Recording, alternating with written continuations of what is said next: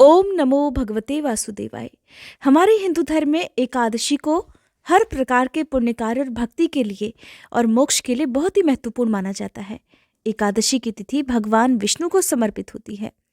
माघ मास में पड़ने वाली कृष्ण पक्ष की एकादशी को शक्तिला एकादशी कहते हैं और इस बार ये एकादशी 18 जनवरी बुधवार के दिन है।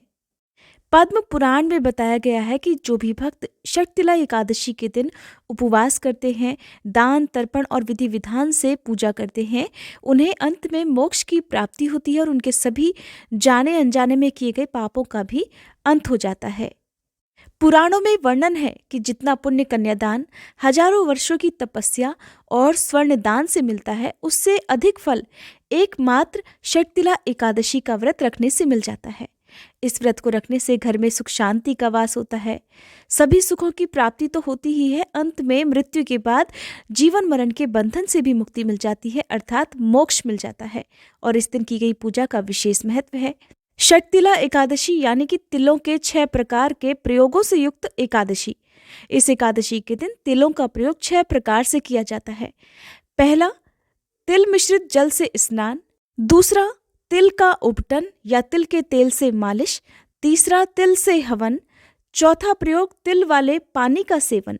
पांचवा, तिल का दान। और छठा, तिल से बने पदार्थों का, मिठाइयों का सेवन।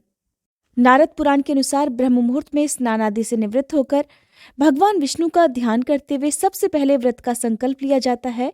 फिर एक चौकी पर भगवान विष्णु की प्रतिमा या तस्वीर की स्थापना की जाती है। इसके बाद गंगा जल में तिल मिलाकर तस्वीर पर अर्पित किए जाते हैं और धूप दीप जलाकर भगवान की पूजा की जाती है। विष्णु सहस्त्र नाम का पाठ करके व्रत की कथा पढ़ी और सुनी जाती है। फलों का भोग लगाकर और तिलों का भोग लगाकर सबसे अंत में आरती उतारी जाती है। इस दिन बहते जल में तिल प्रवाहित करना चाहिए। तिल और गुड़ से बनी मिठाइयों का या तिलों का दान करना चाहिए।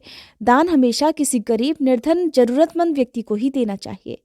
कहते हैं कि माघ के महीने में जितना तिल का दान किया जाता है, उतने ही हजारों साल तक स्वर्ग में रहने का सुअवसर भी प्राप्त होता है। इस बार साल 2023 में 18 जनवरी बुधवार के दिन शक्तिला एकादशी है, जो कि माघ मास के कृष्ण पक्ष में पड़ने वाली एकादशी कहलाती है। एकादशी का व्रत भी इसी दिन रखा जाएगा। व्रत एकादशी के सूर्योदय से लेकर द्वादशी तिथि के सूर्योदय तक रहता है। एकादशी तिथि प्रारंभ होगी 17 जनवरी मंगलवार की शाम 6:06 से और समाप्त होगी 18 जनवरी बुधवार की शाम 4:03 तक। द्वादशी तिथि प्रारंभ होगी 18 जनवरी बुधवार की शाम 4:04 से और समाप्त होगी 19 जनवरी गुरुवार की दोपहर 1:18 पर। हरिवासर का जो समय है वो द्वादशी तिथि का प्रथम 1/4 पहर होता है, जो कि 18 जनवरी को ही रात तक समाप्त हो जाएगा। 18 जनवरी एकादशी के दिन सूर्योदय का समय रहेगा सुबह 7:14, सूर्यास्त रहेगा शाम 5:59, राहुकाल का समय रहेगा जो कि अशुभ मुहूर्त होता है दोपहर 12 बजे से लेकर 1:30 बजे तक।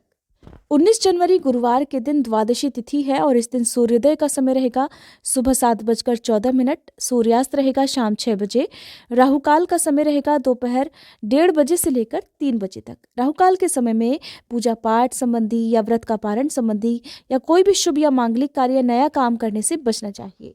एकादशी के दिन भगवान विष्णु को भोग में तुलसी दल अवश्य रखने चाहिए और एकादशी के दिन क्योंकि तुलसी दल नहीं तोड़े जाते हैं, तो एक दिन पहले ही तुलसी के पत्ते, तुलसी दल तोड़ लिए जाते हैं और अगले दिन भगवान को भोग में अर्पित किए जाते हैं। एकादशी का व्रत रखने वाली महिलाओं को या कन्याओं को इस दिन सर से स्नान नहीं करना चाहिए, सर भी एक दिन पहले धुल लेना चाहिए। एकादशी के दिन चावल का पूर्णतया प्रयोग वर्जित माना जाता है। अक्षत के रूप में हो या चावल से बनी हुई सामग्री हो, उन चीज़ों का आज के दिन त्याग करना चाहिए। पौराणिक कथा के अनुसार एक समय नारद मुनि भगवान विष्णु के धाम बैकुंठ में पहुंचे। वहां उन्होंने भगवान विष्णु से शक्तिला एकादशी व्रत के महत्व के बारे में पूछा। नारद जी के अनुरोध पर भगवान विष्णु ने बताया कि प्राचीन काल में पृथ्वी पर एक ब्राह्मण की पत्नी रहती थी। उसके पति की मृत्यु हो चुकी थी और वह मेरी अनन्य भक्त थी और श्रद्धा भाव से मेरी पूजा किया करती थी। एक बार उसने 1 महीने तक व्रत रखकर मेरी उपासना की। व्रत के प्रभाव से उसका शरीर तो शुद्ध हो गया, परंतु वह कभी ब्राह्मण और देवताओं के निमित्त अन्नदान नहीं करती थी। इसलिए मैंने सोचा कि ये स्त्री बैकुंठ में रहकर भी अतृप्त रहेगी, इसलिए मैं स्वयं एक दिन उसके पास भिक्षा मांगने गया। जब मैंने उससे भिक्षा की याचना की तब उसने एक मिट्टी का ढेला उठाकर मेरे हाथों पर रख दिया। मैं वही मिट्टी का ढेला लेकर अपने धाम लौट आया। कुछ समय बाद वह देह त्याग कर मेरे लोक में आ गई। यहाँ उसे एक कुटिया और आम का पेड़ मिला। खाली कुटिया को देखकर वह घबराकर मेरे पास आई और बोली कि प्रभु, मैं तो धर्मपरायण हूँ, फिर मुझे खाली कुटिया क्यों मिली? तब मैंने उसे बताया कि ये अन्नदान नहीं करने और मुझे मिट्टी का पिंड देने से हुआ है। मैंने फिर उसे बताया कि जब देव कन्याएं आपसे मिलने आए तब आप अपना द्वार तभी खोलना जब तक वे आपको शक्तिला एकादशी के व्रत का विधान न बताएं। उस स्त्री ने ऐसा ही किया और जिन विधियों को देव कन्याओं ने कहा था उस विधि से शक्तिला एकादशी का व्रत रखा। इस व्रत के प्रभाव से उसकी कुटिया अन्न और धन से भर गई। इसलिए हे नारद, इस बात को सत्य मानो कि जो व्यक्ति इस एकादशी का व्रत रखता है और तिल और अन्न दान करता है उसे मुक्ति और वैभव की प्राप्ति होती है। व्रत रखने वाले भक्तों को एकादशी के दिन अन्नदान या अन्न ग्रहण करने से बचना चाहिए।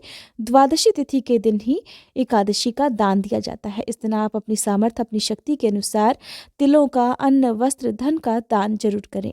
अब जानते हैं एकादशी व्रत का पारण कब किया जाएगा। 18 जनवरी को व्रत रखकर 19 जनवरी गुरुवार को सुबह 7:15 से लेकर 10:02 तक का समय एकादशी का उपवास खोलने का है। यही शुभ मुहूर्त है जिसमें जो भी भक्तजन एकादशी का उपवास रखेंगे वो अपना उपवास खोल सकते हैं।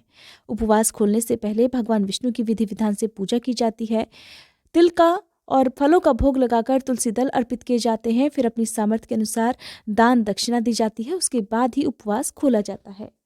अगर ये वीडियो पसंद आई हो तो प्लीज़ वीडियो को लाइक करके हमारे चैनल को सब्सक्राइब करना मत भूलिएगा।